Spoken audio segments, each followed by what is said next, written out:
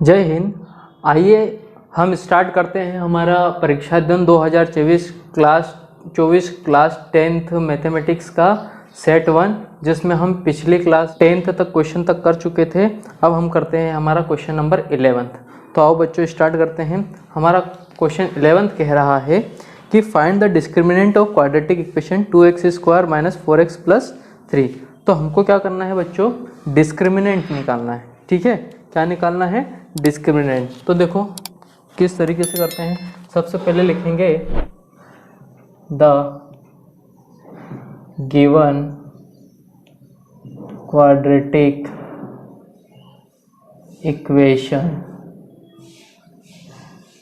Is क्या है, 2x² - 4x + 3 = 0। अब हमको निकालना है बच्चों क्या, डिस्क्रिमिनेंट निकालना है। तो देखो सबसे पहले क्या करेंगे हम, डिस्क्रिमिनेंट क्या होता है, डी, डिस्क्रिमिनेंट।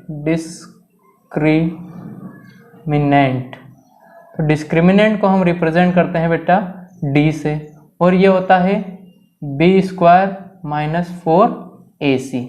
ये होता है हमारा डिस्क्रिमिनेंट। ठीक है, तो हम b, a और c की वैल्यू कहाँ से मिलेगी, तो हमको करना है स्टैंडर्ड इक्वेशन से कंपेयर। तो comparing above from standard equation. Standard equation क्या होती है बच्चों, ax² + bx + c = 0। अब देखो इसके कॉफिशिएंट ढूंढो। x² का कॉफिशिएंट क्या है, a, तो यहाँ कितना है a, देयरफॉर a किसके बराबर हो जाएगा बच्चों, 2 के बराबर हो जाएगा। यहाँ b का कॉफिशिएंट किसके बराबर है, -4, तो b = -4, और c किसके बराबर है, +3 के बराबर। तो इसमें वैल्यू पुट करेंगे हम डिस्क्रिमिनेंट में, तो क्या आ जाएगा यहाँ से, d =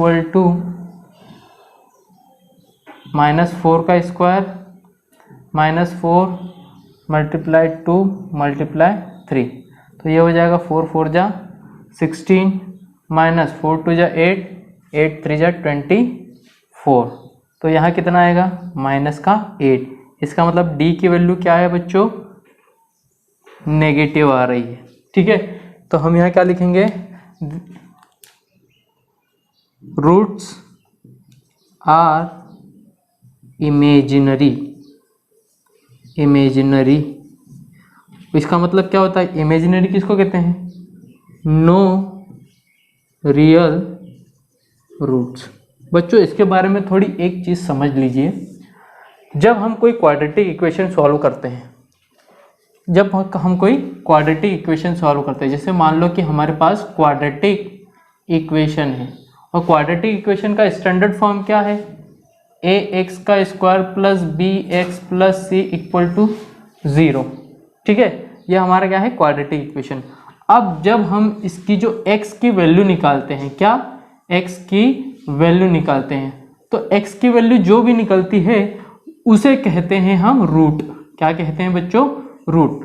बच्चों एक चीज़ याद रखें, जब हम चैप्टर नंबर 2 पढ़ते हैं तो वो उसमें आता है पॉलिनोमियल। क्या आता है, पॉलिनोमियल। और पॉलिनोमियल में x की वैल्यू को हम जीरोस कहते हैं। क्या कहते हैं, जीरोस कहते हैं।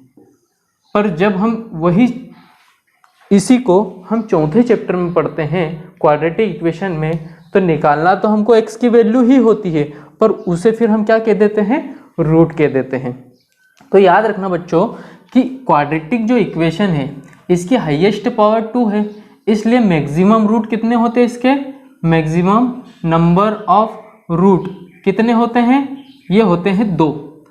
ठीक है, मतलब x की 2 अलग अलग वैल्यू आएगी। ठीक है, बात समझ में आ रही है। अब यहाँ पर जो रूट होती है उसकी 3 कंडीशन होती है। कितनी कंडीशन होती है, 3 कंडीशन होती है, 1 2 और 3। वो किस पे डिपेंड करती है, डिस्क्रिमिनेंट पर। बच्चों ये बहुत इंपॉर्टेंट है, डिस्क्रिमिनेंट। और डिस्क्रिमिनेंट क्या होता है, b² - 4ac, इसी को डिस्क्रिमिनेंट कहते हैं। और b, a और c क्या है, ये बच्चों ये कोफिशिएंट है क्वाड्रेटिक इक्वेशन की। ठीक है, कैसे? अब ध्यान से सुनो, जब d की वैल्यू ग्रेटर देन होती है 0 के, ठीक है, जब ये d की वैल्यू ग्रेटर देन होती है 0 के, मतलब अगर मैंने इस इक्वेशन को सॉल्व किया और यहाँ पर कोई भी वैल्यू 0 से ज़्यादा आ गई, मान लो हमारे पास एग्जाम्पल ले लो 4 आ गई, तो 4 0 से ज़्यादा है। ठीक है, 4 क्या है? 0 से ज़्यादा है। इसका मतलब हम कह सकते हैं 4 0 से ज़्यादा है, तो यहाँ पर होंगे 2 डिस्टिंक्ट रूट, और ये कैसे होते हैं? रियल। ठीक है, रियल वो जैसे 4 रियल नंबर है। ठीक है, पर जब d की वैल्यू इक्वल टू होती है 0 के, इसका मतलब जब हमने सॉल्व किया 0 इक्वल टू 0 आ जाता है। इसका मतलब यहाँ पर रूट्स 2 कैसे होते हैं? 2 इक्वल रूट्स आते हैं। क्या आते हैं बच्चों? इक्वल रूट्स आते हैं। पर जब d की वैल्यू 0 से छोटी आती है, इसका मतलब ये इमेजिनरी रूट आते हैं, और इमेजिनरी रूट बच्चों हमारे कोर्स में नहीं है। जब तुम 10th 11th में जाएंगे और वो कॉम्प्लेक्स नंबर पढ़ेंगे, उसमें हम देखेंगे। ठीक है, तो आई होप आपको ये चीज़ समझ में आ गई। तो बच्चों ये एकदम फिक्स क्वेश्चन है कि इस पे डिपेंड मिल जाता है। ठीक है, तो आई होप आप क्वेश्चन के साथ साथ में आप चैप्टर का रिवीजन भी देख चुके हैं। तो अगर हमारा वीडियो अच्छा लगा हो तो लाइक करिए और शेयर कीजिए। अगर किसी ने पूरे अच्छे से मैथ्स को नहीं पढ़ा है तो हमारे इन वीडियो के ज़रिए आप मैक्सिमम से मैक्सिमम नंबर कवर कर सकते हैं। तो आइए अब इसी का और पोर्शन करते हैं। ठीक है, चलिए बच्चों, अब हम इसी का और वाला पोर्शन करते हैं, क्वेश्चन नंबर 11th का। और क्वेश्चन नंबर 11th का और पोर्शन क्या किया हुआ है कि हमको एक इक्वेशन दी है, तो यहाँ क्या लिखेंगे? The given equation is. बच्चों ये अच्छा डिटेल में मैं इसलिए लिख रहा हूँ ताकि आप जब भी एग्जाम में लिखें तो उसको व्यवस्थित तरीके से लिखें। ठीक है, क्या इक्वेशन है बेटा? 2x² minus 3x plus 5 equal to 0। तो ये हमारे पास इक्वेशन है, कौन सी वाली? Quadratic equation. ठीक है, ये क्वाड्रेटिक इक्वेशन है। अब यहाँ क्या करेंगे? Now comparing above equation with standard equation. ठीक है, कौन सी है? ax² plus bx plus c equal to 0। अब देखिए बच्चों, यहाँ से क्या आ जाएगा? x² को देखो तो a कितना है? 2, therefore a is equal to 2। b कितना है? माइनस का 3, और c कितना है? प्लस का 5। बच्चों अभी जस्ट मैंने आपको इधर सारा एक्सप्लेनेशन करके बताया था कि हमको क्या बताना है? Nature of roots. जो डिस्क्रिमिनेंट का पोर्शन हमने अभी पढ़ा, जो x की वैल्यू के 3 कंडीशन देखे, उन्हीं को कहते हैं नेचर ऑफ रूट्स। अगर d की वैल्यू 0 से बड़ी तो नेचर ऑफ रूट क्या होगा? रियल और डिस्टिंक्ट रूट होंगे। अगर t की वैल्यू इक्वल टू 0 हुई, इसका मतलब क्या है कि हमारे जो 2 रूट्स होंगे वो इक्वल होंगे, तो रूट्स का नेचर कैसा होगा? इक्वल होगा। और अगर तीसरा कंडीशन हुई कि जो d की वैल्यू 0 से छोटी आई, इसका मतलब नेगेटिव आई, तो वहाँ पर कोई हमारा रूट नहीं होगा। वहाँ फिर रूट कैसे होंगे? इमेजिनरी, जो हमारे कोर्स में अभी एग्जिस्ट नहीं करते। तो यहाँ से देखो, तो यहाँ क्या लिखेंगे? Discriminant d is equal to b² minus 4ac। ये डिस्क्रिमिनेंट है बच्चों, तो यहाँ सबसे पहले वैल्यू रखते हैं। b² की वैल्यू कितनी है? माइनस 3 का स्क्वायर माइनस 4, a की वैल्यू कितनी है? 2 मल्टीप्लाई c की वैल्यू कितनी है? 5। तो यहाँ से देखो 3 3 जा 9 माइनस 4 2 जा 8, 8 5 जा 40।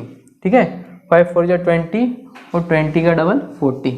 तो यहाँ से वैल्यू कितनी आ गई बेटा? माइनस का 31। तो हम कह सकते हैं कि ये जो वैल्यू है इसमें कैसे होंगे? नो रियल रूट्स होंगे। यहाँ पर कैसे भाई बेटा? d की वैल्यू लेस देन 0 है। सो यहाँ पर क्या लिख सकते हैं, hence the nature of root is imaginary, या हम क्या कह सकते हैं, no real roots. I hope आप ये चीज़ें समझ गए होंगे बच्चों, ठीक है। तो अब करते हैं हम हमारा नेक्स्ट क्वेश्चन। आइए बच्चों, अब हम देखते हैं हमारा क्वेश्चन नंबर 12। क्वेश्चन नंबर 12 हमारा अर्थमेटिक प्रोग्रेशन का है। इसमें कह रहा है 17th term of AP exceed इस 10 टर्म बाय 7। याद रखो, सुनो, वो कह रहा है 17th term of AP exceed 10th term by 7। बच्चों देखो, अगर हमको इक्वेशन बनानी है ना, तो किस तरीके से हम क्वेश्चन को सॉल्व करेंगे, आइए वो समझते हैं अच्छे से। बच्चों ये एपी का क्वेश्चन है। देखिए, जो टर्म होती है बच्चों, उसको हम रिप्रेजेंट करते हैं ए से, बरोबर। अब कौन सी टर्म बोला है, 17th, इसका मतलब यहाँ क्या लिखेंगे, 17th टर्म, ठीक है। एक्सीड का मतलब होता है प्लस होना, ठीक है। तो जो 17th टर्म है वो कौन सी टर्म से, 10th टर्म से। 10th टर्म, तो टर्म क्या है, ए, और कौन सी बोला है, 10th टर्म से। कितनी ज़्यादा है, 17, वो 7 ज़्यादा है, ठीक है। तो यहाँ क्या लिखेंगे, 7 ज़्यादा है, तो इसके बीच में क्या आएगा, इज इक्वल टू, ठीक है। 17th term of AP is exceed 10th term by 7, ठीक है। तो अब क्या करेंगे बच्चों, इसको इधर लेके आएंगे, तो A17 minus A10 equal to 7। तो बच्चों इस तरीके से क्या करना है, हमको इक्वेशन को बनाना है, ठीक है। आई बात समझ में। अब हम जानते हैं कि जैसे कोई भी टर्म होती है तो हम उसको क्या लिखते हैं, जैसे 17th टर्म है तो उसको क्या लिखूंगा मैं, A प्लस 16D, ठीक है। फिर ये माइनस, और यहाँ पर क्या आएगा, A प्लस 9D। अब बच्चों सॉल्व करके हम यहाँ से D की वैल्यू निकाल सकते हैं। तो आओ इसको व्यवस्थित तरीके से हम लिखते हैं। देखिए बच्चों, लिखेंगे कैसे, सबसे पहले हम लिखेंगे हमारा 12th क्वेश्चन, और हम लिखेंगे गिवन दैट, क्या गिवन दैट है, according to question. According to question क्या कह रहा है बच्चों, देखो 17th term of AP exceed its 10th term by 7, ठीक है। तो सबसे पहले हम क्या करेंगे, इक्वेशन बनाएंगे। A17 is equal to A10 plus 7, इसको इधर ले आएंगे। A17 minus A10 is equal to 7। हमको क्या फाइंड क्या करना है बच्चों, D की वैल्यू फाइंड करना है। तो क्या करेंगे, इसको किस तरीके से लिख सकते हैं हम, A plus 16D minus A plus 9D is equal to 7। तो यहाँ से क्या करेंगे, ये तो सेम हो जाएगा, क्या हो जाएगा, A प्लस 16D माइनस, ये माइनस का बच्चों अंदर मल्टीप्लाई होगा, क्या होगा, माइनस का A माइनस का 9D इज इक्वल टू 7। बच्चों देखो, ये प्लस का ये माइनस का तो आपस में हो जाएंगे कैंसिल। अब देखो 16D में से हम 9D को माइनस करेंगे तो इक्वल टू आएगा 7। तो यहाँ क्या है, 16 में से 9 जाएंगे तो बच्चों कितना बचेगा, 7D बचेगा इज इक्वल टू 7। अब ये मल्टीप्लाई में है तो डिवाइड में चले जाएगा, तो D is equal to 7/7, cancel हो गया, 1 बचेगा। तो यहाँ D की वैल्यू क्या हो जाएगी, 1। तो हम क्या लिख सकते हैं, therefore common difference d is equal to 1। ठीक है बच्चों, तो आई होप ये आपको ये चीज़ें समझ में आई। अब हम करते हैं इसी का और वाला पोर्शन। ठीक है, आइए बच्चों अब हम 12th का और पार्ट देखते हैं। ठीक है, और पार्ट क्या है बच्चों, यहाँ दिया है विच टर्म ऑफ एपी। तो सबसे पहले हम लिख देंगे द गिवन एपी। ठीक है, द गिवन एपी क्या दिया है, 3, 8, 13, 18, 78 इज 78, यही दिया हुआ है। ठीक है, ये एपी है। अब बोला है कि इस 78 कौन सी टर्म इस एपी की 78 है। तो बच्चों थोड़ा एक बेसिक चीज़ें समझो कि जब भी आए विच टर्म, तो बच्चों देखो टर्म हम ए से रिप्रेजेंट करते हैं। ठीक है, टर्म को हम किससे रिप्रेजेंट करते हैं, ए से। तो देखो यहाँ पर विच टर्म का मतलब होता है nth टर्म मान ले, क्योंकि n कुछ भी हो सकती है ना। तो यहाँ पर an की वैल्यू कितनी लेंगे हम, 78। कि हम मान लेते हैं कि पहले कंसिडर करके चलते हैं कि ये एपी चल रही और इसकी nth नंबर की टर्म कोई 78 है। ठीक है, क्योंकि जब हम n की वैल्यू 1 लेते हैं, a की वैल्यू मैंने 1 ली, तो फर्स्ट टर्म कितनी हो गई, 3। अगर मैंने a की वैल्यू 2 n की वैल्यू 2 ले ली, तो सेकंड टर्म कितनी हो जाएगी, 8। तो उसी तरीके से जब हम इसको आगे लेके चेक करेंगे तो हम यही तो कंसिडर करेंगे। हमें नहीं पता कि कौन सी टर्म 78 है, पर मैं मान के चलता हूँ कि nth टर्म 78 है, तो हमको किसकी वैल्यू निकालनी पड़ेगी, n की। अब यहाँ दो कंडीशन होगी। अगर n की वैल्यू बच्चा फ्रैक्शन में आती है, इसका मतलब जैसे मान लो कि 2/3 इस तरीके से फ्रैक्शन में आती है, तो याद रखना कि ये टर्म एपी में नहीं होगी। पर जब n की वैल्यू होल नंबर आ जाती है, जैसे 2, 3, 6, 8, 9, तब ये कंसिडर होगी ये क्या है, एपी में है। तो देखते हैं हमारे पास जो गिवन है। ठीक है, नाउ एंड लिखते हैं an is equal to 78, nth term की वैल्यू 78 है हियर। अब देखो यहाँ क्या करते हैं, फर्स्ट टर्म कितनी है बच्चों, 3। अब कॉमन डिफरेंस कितना आ जाएगा, d। Second term minus first term, 8 - 3, इसका मतलब 5 आ जाएगा, बरोबर। अब वी नो, अपन जानते हैं nth टर्म का फॉर्मूला क्या होता है, an is equal to a plus n minus 1 into D.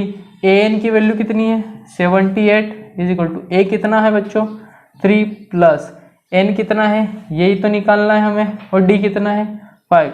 इसको इधर लेके आओ तो 78 - 3 is equal to n minus 1 multiply 5। अब ये कितना हो जाएगा, ये हो जाएगा 75। ये मल्टीप्लाई में है तो डिवाइड में चले जाएगा, तो n इज इक्वल टू -1। तो 5 5 × 5 5 5 × 25। तो ये कितना हो जाएगा, 15 is equal to n minus 1 इधर आया तो क्या हो जाएगा, n is equal to 15 plus 1, तो n इज इक्वल टू 16। तो बच्चों हम कह सकते हैं यहाँ से कंक्लूजन क्या निकलेगा, देयरफॉर